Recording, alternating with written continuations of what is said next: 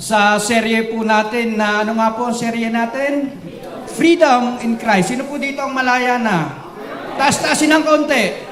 Yan. Para halatang pinalaya na tayo ni Kristo. Amen? Napag-aralan po natin last week. Ano po ang title last week? Great things happen when we believe. So, kumusta naman ang iyong pananampalataya last week? Meron bang nangyari sa iyong buhay nung ikaw ay nanampalataya? Meron bang sa pananampalataya mo na ikaw ay bibigyan ng sapatos ay napagkalooban ka nga ng sapatos? Meron ba sa pananampalataya mong bibigyan ng pera ay nakatanggap ka nga ng pera? O, kita nyo? Great things happen when we believe. Eh kasi yan ho ang trabaho ng isang mananampalataya, ang manampalataya. Ano po? Kasi ipinagkaloob na sa atin ng Panginoon ang lahat ng pagpapalang spiritual. At mangyayari na lamang yan sa buhay mo kung gaano mo i-welcome yung mga pagpapalang yan sa buhay mo. Ano? Kaya nga tayo ay nagre-renew lagi ng isipan dito sa mga katotohanang ipinapangaral, yung mga dawit o yung mga dawag na nakahadlang o nakasagabal sa pananampalataya mo unti-unting naaalis. Alam mo nyo ho, yung ilog na umaagos pag maraming nakasanggang obstacle, yun, English yun, may nakasanggang mga tawag doon, yung mga kawakawayan, humihina ho ba ang kanyang daloy? Pero kapag naalis yon at naging malaya ang daloy ng tubig, abay, rumaragasa yan. Ganyan din po tayo, ang ating pananampalataya, ang ating pagkaunawa, inaalis natin yung mga maling pagkaunawa pagkatapos pinadadaloy natin yung mga katotohanan. Kaya malaya hong nakaagos sa atin ang katotohanan na ito. Kasi ang pinag-aaralan po natin ay purong salita ng Diyos. At yun ang katotohanan. Ano po? Napag-aralan natin last Sunday na tayo ay na-justify na sa pamamagitan ng pananampalataya. Tinuro po ni Pastor Anthony yung salitang justify. Di kayo ikaw ay tiniklarang righteous. Amen? Righteous ka na. Sa ayaw mo at sa hindi, matuwid ka na. Sometimes, ipinagkait sa atin ng relihiyon, hindi ka pa matuwid. Meron ka pang gagawing step para maging matuwid. Pero sa mata ng Panginoon, the believer is made righteous. Hindi ang nag-declare ay kung sino-sino man. You are declared righteous by the Lord. By the Lord. Hindi sarili mo ang magdideklara na ikaw ay righteous. At hindi mo pwedeng sabihin na righteous ka dahil may ginawa ka na mabuti o masama man yan. Ano? You are cleared of all charges o yung punishment related to our sins. Cleared ka na. Last week ako, nagpa-x-ray po ako kasi nagkameron ako ng 2 linggong ubo. Araw-araw yun, inuubo. Ang matindi sa gabi pa. Pag panahon ay kayo tutulog at nakahiga, saka kumakati ang lalamunan mo. For the very first time, naranasan ko yung ubong yun na hindi nakakapagpatulog. So, ang ginawa ni Mrs., sabi, binigyan tayo ng revelation, ng bulong. Alam niyo, mga asawa natin, magaling bumulong. Magpa-x-ray ka muna. O di nagpa-x-ray nga ako. Masunurin tayo sa asawa Pagka-x-ray po, sabi doon sa aking lungs at saka doon sa lahat ng panloob ko, cleared. Walang damages, walang shady part na pwedeng sabihin na ako'y may, alam mo na, kaya ako'y pinag-laboratory, kasi baka may baka may ano na yan, baka may TB, o kaya may pneumonia, ay cleared.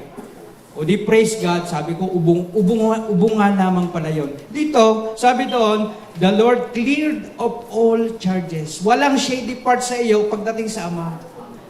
Walang nakasangga. You are cleared. Wala nang charges na nalalaan para sa iyo. Wala nang parusang naghihintay sa iyo kasi na-justify ka na. Pinapaging matuwid ka na, pinapaging wala kang kasalanan sa harapan ng Diyos. Pagdating sa Diyos, wala kang kasalanan. Pwede ba natin palakutan? Imagine ang God na nalalaman ang future mo, nag-cleared na sa'yo. Kinileared ka na. Regardless kung anong hahakbangin mo bukas, sa makalwa o sa isang taon, cleared ka na. Cleared ka na all the time. Justified ka na all the time. May pagkakataon bang magkakamali pa tayo bukas? May chance ba na magkamali tayo sa makalwa? May chance ba tayo magalit sa ating kapwa? Meron eh. Pero you are justified by God. You are justified. We are justified by Lord. Kaya napakaganda ho ng justification na yun. Anong ginawa ni Abraham? Siya'y nanampalataya lang kay God.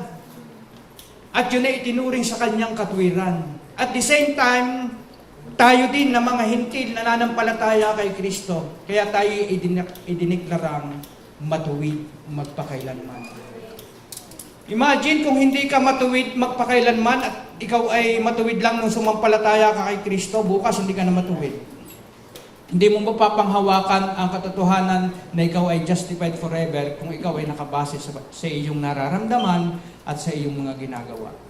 Pero ito'y diniklara hindi ng iyong sarili, kundi ng ating Panginoon. Kaya mapapanghawakan natin yung sinabi ni Lord na ako'y justified sa pamamagitan ng pananampalataya. Napag-aralan din natin na tayo ay pinagpala na.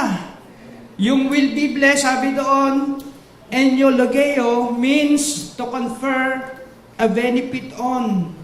Ginawaran ka na, binigyan ka na, nilagyan ka na ng binipisyo. Amen? May ayaw. Isa lang na amen si Pastor Anthony lang. Binigyan ka na, ginawaran ka na, nilagyan ka na ng binipisyo. To speak well of, to say good and positive things. Anong sasabihin sa iyo? Pinagsasalitaan ka ng Diyos ng mabuti. Masarap ho bang pakinggan nyo pagkagising mo sa umaga, pinagsasalitaan ka ng mabuti ng Diyos? Noong 1990s, meron hong pamosong kanta na sermon ng almusal bago pumasok ng eskwela. Tama ho ba yan? Oy! Gabi ka na nang umuwi, ay umaga ka na nang umuwi, bumangon ka, papasok ka pa. Kung saan ka di ba, sermon ng almusal bago pumasok. Pero ito napakaganda. Every morning, pinagsasalitaan tayo ng mabuti ng ating Diyos. Kasi blessed na tayo. Amen? Napagpala na ho tayo. Tumatanggap tayo ng mabubuting salita buhat sa ating mga... Every morning, sasabihin ito ang aking minamahal na anak. Kahit panis na laway pa, ito ang aking pinakamamahal na anak. Para si John the Beloved, I am the beloved disciple, sabi doon. Nag-good morning ka ba naman kay Lord every morning? Amen. Nag-good morning tayo every morning sa ating mabuting Diyos na nagsasalita sa atin ng mabuti. Hindi na masama ang sinasalita. At kailanman hindi nagsalita ng masama laban sa iyo ang Panginoon. Kundi pinagsasalitaan tayo ng mabuti. To be in a state of blessing because of receiving God's benefits. Nasa estado ka raw na laging tumatanggap at pinagpapala dahil tumatanggap ka ng benepisyo ng Diyos. Pagdating ho sa estadong sibil, pag sinabing ikaw ay kasal na, ikaw ay kasal na. Tama? Hindi mo, pag tinanong doon sa biodata mo kung anong status mo, anong ilalagay mo? Married, kung kasal ka na. Kung hindi naman, S, single. Dito may estado tayo. Estadong hindi pwedeng mabago. Kung paano kasal ka, hindi mo pwedeng baguhin yan. Legal yan eh. Dito may legal din ginawa sa iyo ang Diyos. Ikaw ay nasa estadong pinagpapala ng Diyos. Pwede ba natin palakpakan yun ng ganda eh? Nung narinig ko ito, wow, ako pala'y nasa estadong pinagpapala ng Diyos. At hindi lamang isang araw na pagpapala po yun, kundi habang buhay na ikaw ay nabubuhay sa mundong ito. At pati pa, doon sa eternal. Ikaw ay pagpapalay sapagkat yan na ang bagong estado natin sa harapan ng Panginoon. Nasa kalagayang pinagpapala dahil tumatanggap ng mga benepisyo ng Diyos. Kumusta naman ang iyong pagtanggap ng benepisyo? Bukod sa SSS, bukod sa GSIS, bukod sa ano pang mga nagbibigay ng benepisyo kapag nag-retired, o kung anumang benepisyo yan. Pero mas matindi po ang benepisyong galing sa ating Panginoon. Amen? Amen? Palakpakan ho natin ang Diyos. Sa pagpapatuloy po ng ating serye, ang ating pong title ngayon ay Christ the Redeemer. Sabihin nga natin, Christ the Redeemer. Hindi ho yan yung pamosong estatwa doon sa Brazil na nakaposte doon. Na sikat ho yan. Pag pinindot ko ho yan, Christ the Redeemer, ang agad lumalabas ay yung nakadipang si estatwa na nando doon sa Brazil. Tingnan natin yung teksto na ating pag-aaralan ngayon at kung paano tayo ni-redeem ng ating Panginoon. Ang ating pong teksto, ito po ay serye, kaya kung kayo po ay makikinig ngayon, meron pa pong previous niyan na dinadala at ito po ngayon ang ating teksto, Galatians 3, chapter 10, verse 2, 14. Basahin po natin sabay-sabay, unawain ninyo din po. For all who rely on the works of the law are under a curse. It is written, cursed is everyone who does not continue to do everything written in the book of the law. 11, clearly, no one who relies on the law is justified before God, because the righteous will live by faith. Verse 12, the law is not based on faith. On the contrary, it says, the person who does these things will live by them. 13, Christ redeemed us from the curse of the law by becoming a curse for us, for it is written, cursed is everyone who is hung on a pole. Verse 14, He redeemed us. Maganda ito, in order that the blessing given to Abraham might come to the Gentiles through Christ Jesus, so that by faith we might receive the promise of the Spirit. Sa teksto pong ito, tingnan natin, tanungin natin, what is the outcome? Ano yung biglang naging resulta ng mga taong nagre-rely doon sa gawa ng kautusan? What is the outcome of relying on the works of the law? Kasi umaasa silang may biglang mangyayari sa kanila sa pagsunod nila sa kautusan.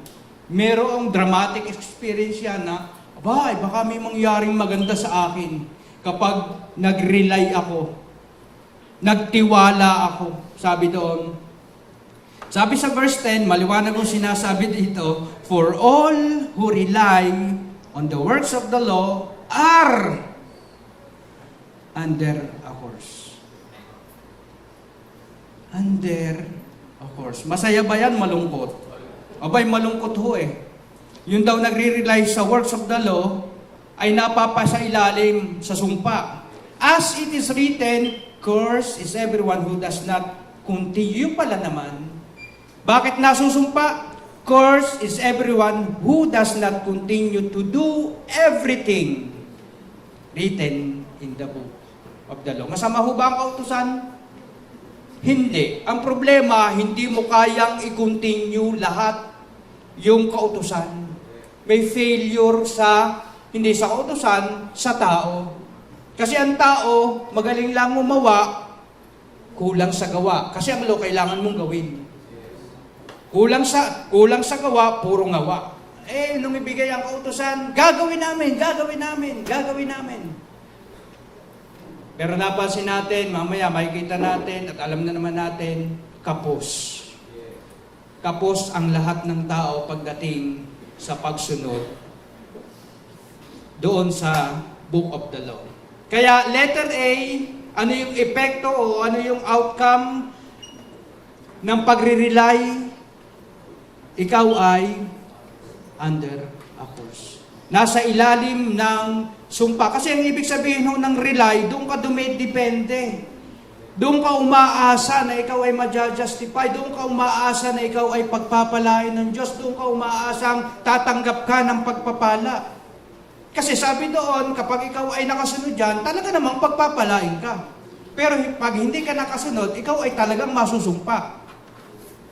Hindi po nangyaring napagpala kasi laging sumpa ang naiigawad kasi nga kapos ang tao. Umaasang pagpapalain. Kaya ikaw, sabi doon, ito'y confidence based on experience. Base sa galing mo na ikaw ay makasunod. Base sa galing na ikaw ay makatupad. Kaya lamang kapos. Laging kapos. Ikaw ay namamanata kung kanino kasi hindi mo alam kung saan ka pupunta. Sabi doon ay namamanata kay Santa Clara ang pinong-pino. Kailangan mo pang sumayaw sa ubando ng isang sayaw na pandango. Kasi umaasa ka ng biyaya. Under a course ka, umaasa ka ng biyaya. Nagbabase ka sa experience ng iba, ay doon ka pumunta. Nagre-rely ka, hindi kay God, kundi sa iyo, sa experience ng iba. Ay talagang ako'y nabigyan. Ay, nabigyan ako. Pero alam po natin na ang mga anak ay regalo ng Diyos. Base sa awit 127 verse 3, yan ay regalo ng Diyos. Hindi ko kung kanino, kung sino-sino nagbibigay. Amen? Saan ho tayo umaasa? Saan tayo nagre-rely?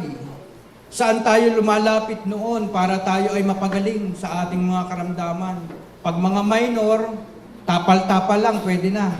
Okay, sabi ni Kakuan, magaling ang Mamay Saro eh. Paano ang sistema ng pagtatapal niya? Lalawayan lang ng Mamay Saro. Susulatan ng Latin. Pag ikinapit sa noo ko, ramdam ko may dumaloy na kapangyarihan. Di ho ba? Saan ka nagre-rely noon ng pagpapagaling? Sa experience ng iba na ituro ka lang doon. In a manner na ganito, sabi doon, itong mga Israelita, nagre-rely sila doon sa kautusan para sila ay mapagpala. Para sila ay ma-justify. Pero alam natin na walang nakaabot sa kaluwalhatian ng Panginoon. Roma 2:14, akala natin wala tayong mga hintil na kautusan. Kapag ang mga hintil na hindi saklaw ng kautusan, tayo na mga hintil, ay gumagawa batay sa panuntunan nito, ayon sa kanilang likas na pag-iisip, ano daw po, ito'y nagiging kautusan na para sa kanila. Kaya ang kautusan po ay minsan ina-adapt natin nang hindi natin nalalaman. Hindi naman tayo Israelita, nakapako na sa ating puso yung 10 utos pagkabata. Di ba? Nakapaskel sa ating mga tarangkahan o sa ating mga pinto ang 10 utos. Sinasaulo mo pa yan. Kagaya ko dati. So nagiging kautusan na, nagiging saklaw na tayo ng kautusan. At ang gumagawa nito, batay sa panuntunan nito, ay nagiging kautusan na para sa kanila. Bukod pa sa ibang utos ng mga magulang, ng mga matatanda nung una, iwasan mo ito, huwag mong hahawakan ito, huwag kang pupunta sa patay kapag ikay may sugat, para ikaw ay hindi masumpa. Itatawid mo ang bata doon sa kabaong para hindi balikan. Pero sinasabi mong ikaw ang guide ko. O kung sinasabi mo siya ang guide mo, hindi dapat ikay laging kinakausap ng patay. Bago ayaw mong pabalikan yung bata, di ba? Contrary kasi nga lito tayo. Walang katotohanang nananalaytay sa ating mga isipan kasi nga ang relihiyon, tinuruan tayo ng maraming bagay ng pag-akyat, paggapang, paglakad ng paluhod, para lamang tayo ay mapagpala. Kaya hirap na hirap ang tao, hirap na hirap ang kahit mananampalataya sa pag-maintain ng katwiran at kabanalan na meron siya kay Kristo. Amen? Kaya sabi doon, sa Deuteronomy 11, see today I am letting you choose a blessing or a curse. Narito, pinamimili kita, ikaw ang may gusto. Gusto kitang i-blessing, i-bless. Pero kung gusto mo i-curse, pwede rin. You will be blessed if you obey the commands of the Lord your God. I am giving them to you today, but you will be cursed if you disobey the commands of the Lord your God. Gayon na naman, laging binibigay ng Panginoon ang pamimili sa atin. Ang gusto mo, ikaw ay mapagpala o ikaw ay masumpa. Kapag na-obey mo ang lahat ng kautusan, you will be blessed. But you will be cursed if you disobey the commands of the Lord. Tanong, nung wala pa tayong pagkakilala sa Kristo, nasaan tayo? Nasa ilalim ng sumpa o nasa ilalim ng pagpapala? Nasa ilalim ng sumpa, pamihado yan. Kasi nasuway natin, ni minsan sa buhay natin ay nakasuway tayo sa utusan ng Diyos. Amen? So nasa ilalim ka ng sumpa, namumuhay tayo sa ilalim ng sumpa. Ang sabi sa Roma 3:23, sapagkat ang lahat ay nagkasala at walang sino mang nakaabot sa kaluwalhatian ng Diyos. Kaya sa gusto natin o hindi, napailalim talaga tayo sa lahat. Alam nyo, pag nagbigay naman ng sumpa ang dyablo, pag nagbigay ng sumpa ang lahat, mamaya makikita natin ano ba yung mga isinumpa sa atin na yan para malinawan natin kung gaano kaganda tayong niredeem ni Kristo. Eh talaga todo-dodo kung magsumpa ang kaaway sa ating buhay. Ano pa yung outcome of relying on the words of the law? Sa verse 11, clearly, maliwanag na maliwanag pa sa sikat ng araw, no one who relies on the law is justified before God because the righteous will live by faith. Hindi malabo. Hindi malabo. Sinabi ni Apostol Pablo, clearly, no one who relies on the law is justified. So letter B, yung outcome o resulta, there is no justification. Kahit gaano pa ang galing mong pagrelihiyon, kahit anong galing mo ng paggawa ng mabuti, kahit anong gawin mo para makarating ka at makamtan mo yung kaluwalhatian o pagpapawalang sala ng Diyos, there is no justification. Clearly, no one who relies on the law will justify before God. Wala po talaga. Romans 3:20, sabi doon, for no one can ever be made right with God by doing what the law commands. The law simply shows us how sinful we are. Yung inaasahan mong ginagawa mo na magre-return sa'yo, magbibigay ng outcomes, yung biglang, wow, matuwid ka na. Ay yung pala, simple lang ang ginagawa niya sa iyong buhay. The law simply shows us how sinful we are. Parang salamin. Kapag tumingin po tayo sa salamin, sabi ng salamin, may muta ka. Ganyan lang po ang sinasabi ng law. Makasalanan ka. Na-disobey mo na naman itong inilatag ko sa iyong ito. Itong listahan na ito. The law simply shows us how sinful we are. Kapos ka na naman, kulang ka na naman, ekes ka na naman ngayong araw na ito. Meron ka na namang hindi nalagyan ng check doon sa mga checklist. Meron kang isa na mali.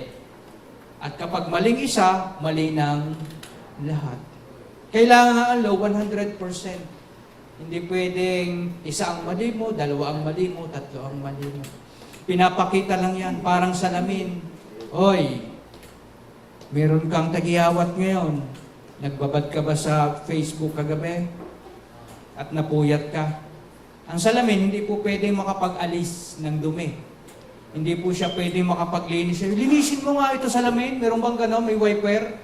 Salamin? Wala. Sinasabi lang ng salamin, may muta ka. Ikaw din ang mag-aalis ng muta mo. Ikaw din ang magtitiris ng iyong bawal yatang tirisin na baka may yung daliri mo. May germs. Pero yun po ang kautusan. Nagtuturo lamang kung gaano ka makasalanan. Tingnan po natin yung last part ng verse 11. The righteous will live by faith. Paano daw po mamumuhay yung matuwid sa pamamagitan ng pananampalataya? Pero yung verse 12, the law is not based on faith. Pasok ba yung law kung ikaw ay mananampalataya? Hindi. Niliwanag agad niya eh. The law is not based on faith. Pero the righteous will live by faith. See the opposite, hindi siya pwedeng i-adapt ng righteous. Kung ikaw ay righteous, hindi sa'yo yung law. The law is not based on faith. On the contrary, it says, the person who does these things will live by them. At alam naman po natin na ang lingwahe ng kautusan ay do this. The language of the law is do this, and you will live. But the language of grace is believe for what Jesus has done on the cross.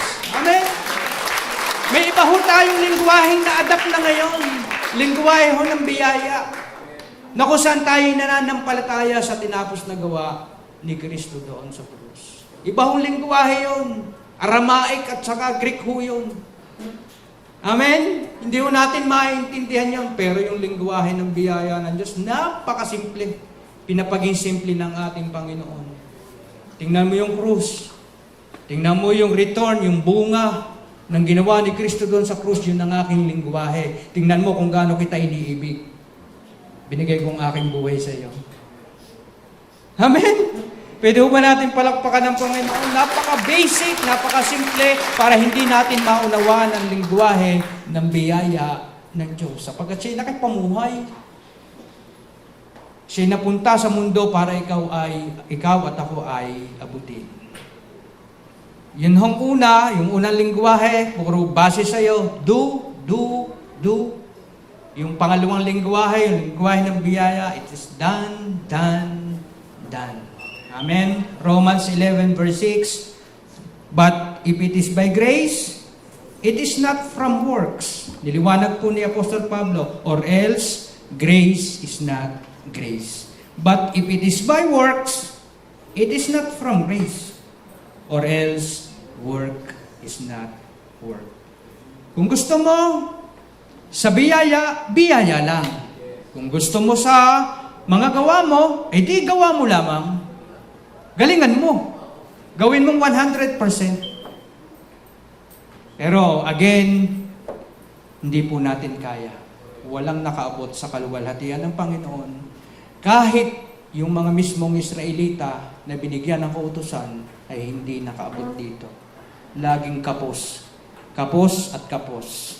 Ito na po, narito na tayo sa verse 13. Ang sunod niya ay 14. Tama ho ba? Last na.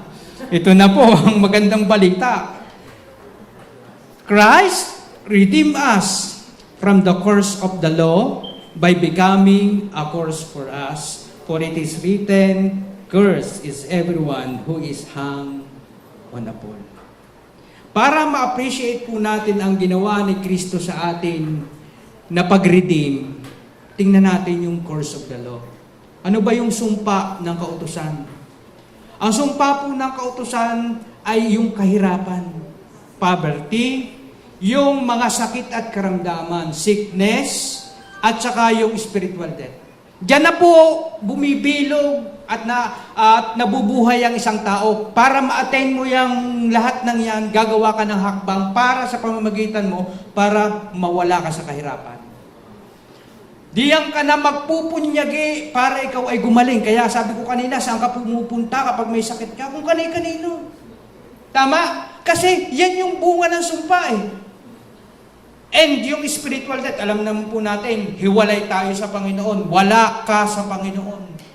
Wala tayo sa piling ng Panginoon. Kaya yung tatlong yan, kapag nagsama-sama yan, ay talagang dilubyo ang buhay ng isang mananampalataya. Pero may nasa ilalim ka ng kahirapan. Tapos ikaw ay pinupuyok pa ng sakit at karamdaman. Kita niyo yung isang pagkakataon na mula ulo hanggang paa ang kanyang sakit. 12 taon na inaagasan, inaalihan ng isang ligyo na demonyo. Pansin niyo, nung dumating si Kristo, grabe ang nangyayari sa tao kasi nga nasa ilalim ng sumpa. Kapatid, ikaw, nasaan ka nung panahon na ikay wala pa kay Kristo? Anong sumpa ang iyong dinaranas noon? Humihingi ka pa ng tulong sa mga mahal mo sa buhay para maipa-check up ka. Kagabi may napanood ako, ewan ko kung replay yun. Ang kanyang mukha ay may bilog dito, tapos meron siyang, parang sa ngipin pala yun, yung enamel, kapag hindi na napatigil ng pag-growth, ay namamaga dito. Bilhin nyo, simpleng-simple lang ang gagawin, uoperahan lang, hindi mo po opera dahil sa kahirapan. Ganong ginawa sa atin ng kaaway, nung una na tayo mahirap, chinilas natin pudpud. Nung wala pa tayo kay Kristo, ay hindi kayo nakaranas ng pudpud ang tsinelas, butas, may piso. Sumasabit yung talampakan, pag parang may sabit na naman. Kaya ang kapal ng kalyo ng paa namin. Tapos kinukwento ko sa inyo, ang toothbrush namin yung bagaso ng tubo. Sabi pa ng nanay namin, kapag ikaw ay kumain ng tubo, yun ay tatalupan namin sa pamagitan ng aming ngipin. Yung pinagbagasuhan niya, ikis mo, linis na ang ngipin mo. Sa awa ng Diyos, ubos ang ngipin ko. Di ba? Yung poverty, yung sickness, saan ka kumukuha ng kagalingan? Hindi ka mapacheck up, may namamatay ngayon. Hindi na nakakaranas magpa-doktor. Sana nga, wag na tayong makaranas makapunta ng doktor. Pero kailangan na, pero dahil sa kahirapan, bunga ng sumpa, hindi na pa doktor. Yung aking ama, dahil hindi na papacheck up, kulang lagi ng, mo na, wala tayong pera. Nung nagpa-check up, mataas na ang kanyang tamis sa katawan, diabetic siya, ay di ang sabi ng doktor, siya, kailangan na ho natin putulin ang inyong kaliwang paa. Sabi ng tatay ko, pinapuputol, dito lang sa daliri. Sabi, isama niya na doon sa itaas. Isama niya na dito. Pinasama. Bakit nagbunga ng gano'n? Hindi agad napacheck up. Walang ano. Nasa ilalim kami. Ewan ko kung aaminin nyo. Pero tayo ay nasa ilalim ng sumpa. Wala tayo sa ilalim ng biyaya ng Diyos. Pero praise God, niredeem tayo from the curse of the law. Tinubos tayo. Ang salita pong redeem, galing sa salitang agorazo, ang ibig sabihin niyan ay tinubos. Amen? Ikaw ay binili, to buy up. Ikaw ay nirescue sa kalugihan. Nirescue ka doon sa kalugihan ng kahirapan. Nirescue ka doon sa iyong mga sakit at karamdaman. Sagipin sa kalugihan.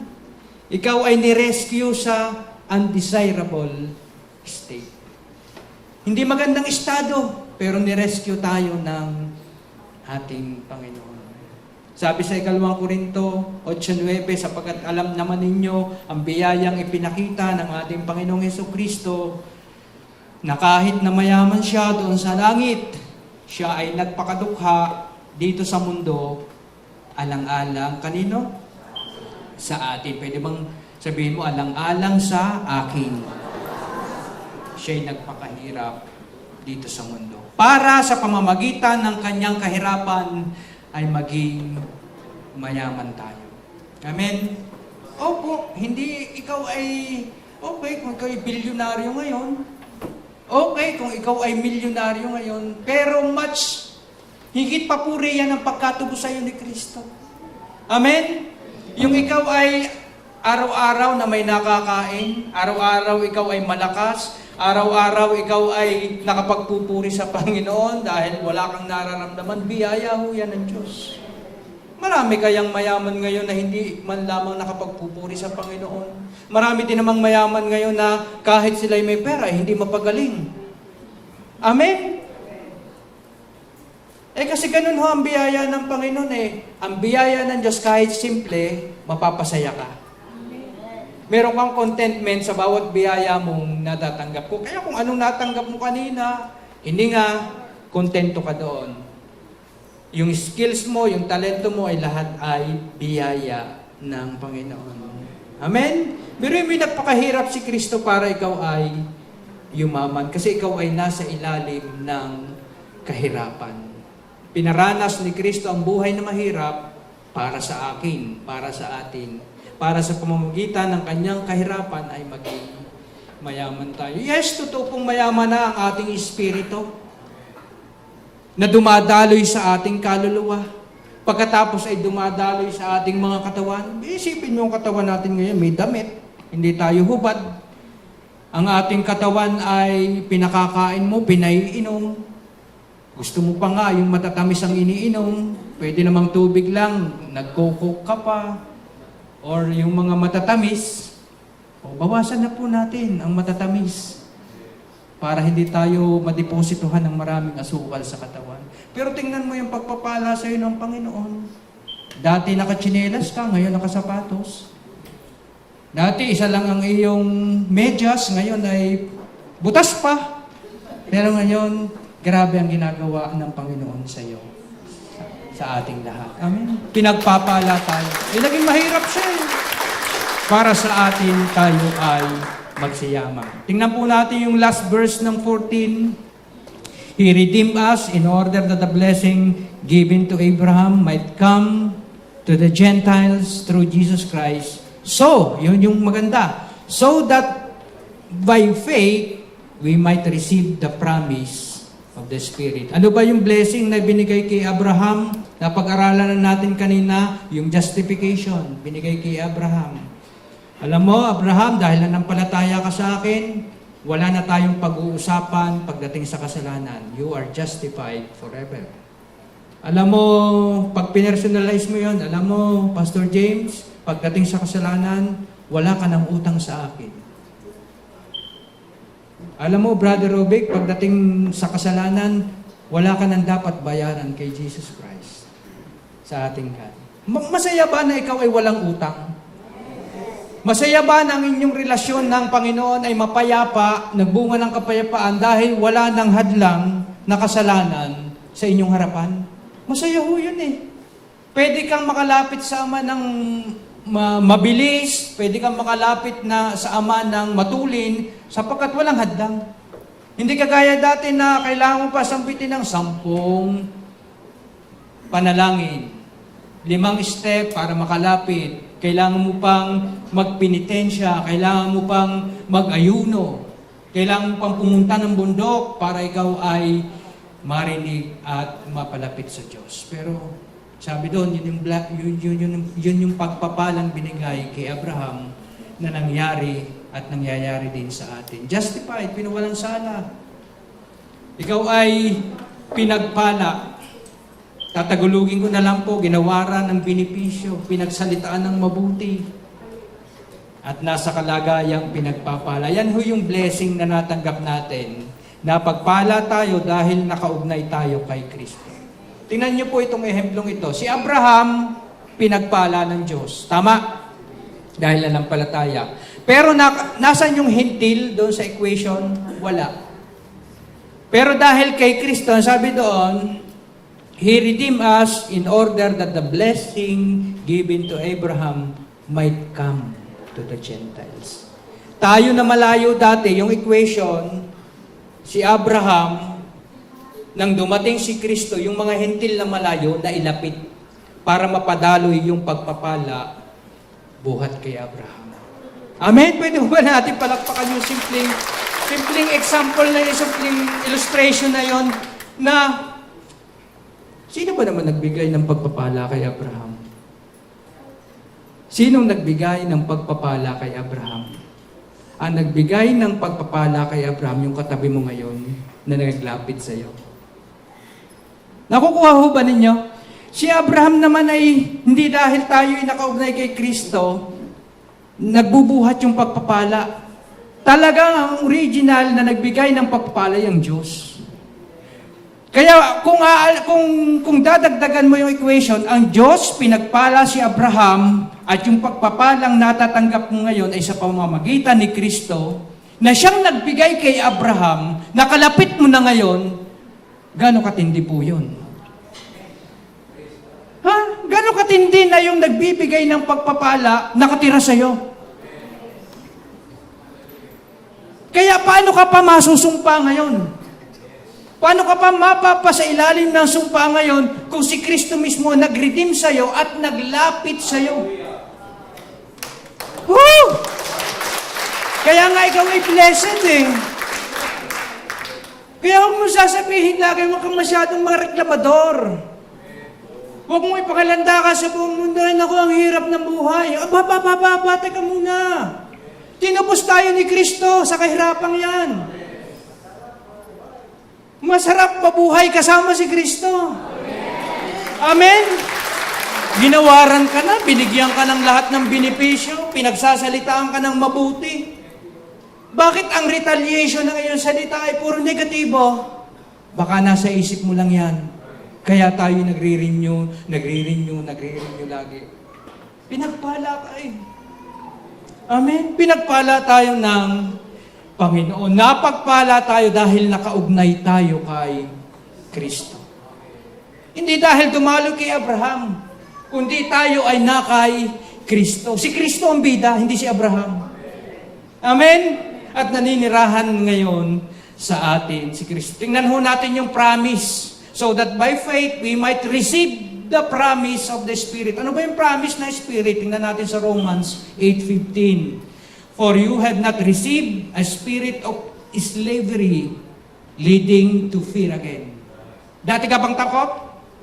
Yes, sabi doon, dating takot tayo eh. Pero hindi tayo binigyan ng espiritu ng pagkaalipin upang tayo'y matakot muli. But you have received a spirit of adoption as sons, by which we cry out, Abba, Father. Ano daw ang binigay sa atin? Espiritu ng pagkukup, ng pagiging anak. Kaya tayo pong mga anak ay hindi hahayaan ng Diyos na mawalay sa Kanya. Tayo pong mga anak ng Diyos ay hindi na mulit makararanas o mapapasa ilalim ng sumpa ng kautusan. Amen? Maliban, kasi nasumpa na si Kristo. At ang kabayaran niya sa sumpa ay minsan at magpakailanman. Ang sarap po nung realidad na ikaw ay binigyan ng adoption paper, na ikaw ay, yun ngang binigyan ng katunayan na ikaw ay lehitimong inadapt na. Ikaw ay kasama sa mandate ng gobyerno na ikaw ay makaranas din halimbawa ng mga mana. Makatatanggap ka rin kapag ikaw ay legally adopted. Tayo ho ay divine adopted. Legal na legal ang pagka-ampun o pagkukup sa atin ng Panginoon. Kaya kung ikaw ay kinukup ng Panginoon, nasa ilalim ka ng kanyang kalinga, nasa ilalim ka ng kanyang leadership, nasa ilalim ka ng kanyang pamamahala, hindi tayo pababayaan ng Panginoon na muling mapasa ilalim sa kautusan, sa sumpa ng kautusan. Kaya pag natanggap po natin ang katotohanan na tayo ay redeemed na yung blessing na pinaranas ng Panginoon kay Abraham ay ating natatanggap na tayo ay pinangakuan na tayo ay naging mga anak niya sa pamamagitan ng pananampalataya, panatag ka na ngayon bilang mga anak ng Diyos. Nagdudulot ho ba sa inyo ng kapanatagan ang pagiging anak ng Diyos? Amen. Kaya ang ating take away, ang ating uwi, anong ating uwi? Uuwi tayo na tinubos ako ni Kristo upang kanyang pagpalain. Pwede ba natin palakpakan? Tinubos ako ni Kristo, hindi para sumpain. Dati tayong sumpa, pero tinubos tayo ni Kristo para pagpalain. Now, ngayon, ito ang mahalaga. Anong pagpapala ang nais mong maranasan ngayon sa buhay mo? Uuwi ka baka sabihin mo, ano bang pagpapala yan? Lahat ng promises ng Panginoon, lahat ng benepisyo ng ginawa ni Kristo, tanggapin mo na. Pinagkalooban niya doon na ikaw ay gagaling sa kanyang mga latay, tanggapin mo. Sinabi ba roon na ikaw ay iaahon niya sa kahirapan at sumpa ng poverty? O, tanggapin mo. Tinubos ka ni Kristo para kanyang pagpalain. Kahit gaano kadami ang pangako ng Diyos, sabi doon, lahat ay oo kay Kristo. Sabihin mo na lang Amen. Tinatanggap ko po yan. Ikaw nang bahala. Kung anong pagpapala ang nais mong tanggapin ngayon, buhat sa Panginoon. Amen? Ikaw nang bahala. Name it. Basta yung bunga ng tinapos, benepisyo ng tinapos na gawa ni Kristo, iyo yan. Atin yan. Pagsalusaluhan natin yan. Pagpiestahan natin ang biyayang handog at kaloob ng ating Panginoon. Pinaghirapan ni Kristo yan para sa iyo. Namatay si Kristo para sa iyo. Para sa ating lahat. Para maranasan natin ang pagpapala ng ating Panginoon. Kaya, umuwi ka. Kung ikaw'y may nararamdaman ngayon, kung anumang masakit yan, i-claim mo pag-uwi mo, bunga ito ng tinapos na gawa ni Kristo, tinubos ako sa sumpa. Wala ako sa sumpa. Pinagpala na ako ng Diyos, ako'y magaling na. Nararamdaman may pain sa iyong buong pagkatao. Hindi mahalaga. Ako'y wala sa ilalim ng sumpa. Basta pananampalatayanan kung ako'y pinagaling ng Panginoon. Mababago ang record ng laboratory ko. Mababago ang sinabi ng doktor, pero hindi magbabago ang salita ng Diyos. Amen. Napakabuti ng ating Panginoon. Tayo yung manalangin naman. Nagpapasalamat po kami sa inyo. Kayo nahirapan upang kami ay umaluan, Panginoon. Sa pamamagitan ng panampalataya, tinanggap ka namin bilang aming Panginoon. At salamat, Panginoon, itinuring mo kaming ganap, matuwid sa iyong harapan. Salamat po sapagkat hindi mo hinahayaan at hindi mo kami pinababayaan sa panigma ng karamdaman kung may nanonood na naririto. Pwede ka nang bumangon, sabihin mo pinagaling ka ni Kristo. Sa mga naririto na inaalipin pa, sabihin mo sa sarili mo, wala na ako sa ilalim ng sumpa para alipinin ng sakit at karamdaman ito. Sapagkat ako'y pinagaling na sa latay ng aking Panginoon na siyang tumubos sa akin. Maraming salamat po sapagkat kayo nagpapagaling ngayon. Binubuo niyo po ang aming pagkatao, emosyonal, nasaktan ng maraming tao, pero salamat kasama sa latay mo ang pagpapagaling. Itinatwa ka ng mga tao, nagdanas ka rin ng sama ng loob, nagdanas ka rin ng pangaalipusta upang kami ay lumaya sa pangaalipusta ng mga tao.